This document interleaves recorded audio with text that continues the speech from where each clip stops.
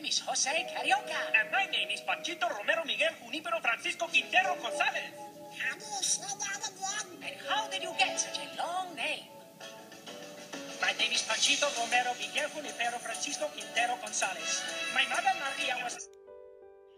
Panchito is a friend of Donald Duck and Jose Carioca, or popularly known as the Three Caballeros of Walt Disney.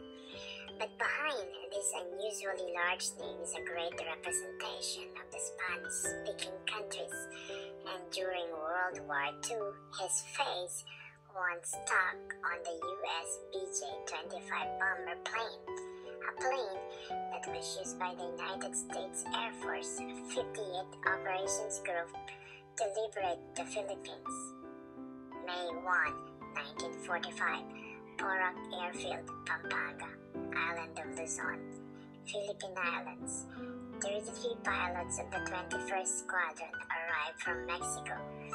They took a train from Manila to Florida Blanca and were boarded buses to Porac. The Mexicans set the barracks along the streets. In the center was a rotunda with a flagpole where the Mexican flag was raised for the first time on May 5, 1945, or Cinco de Mayo.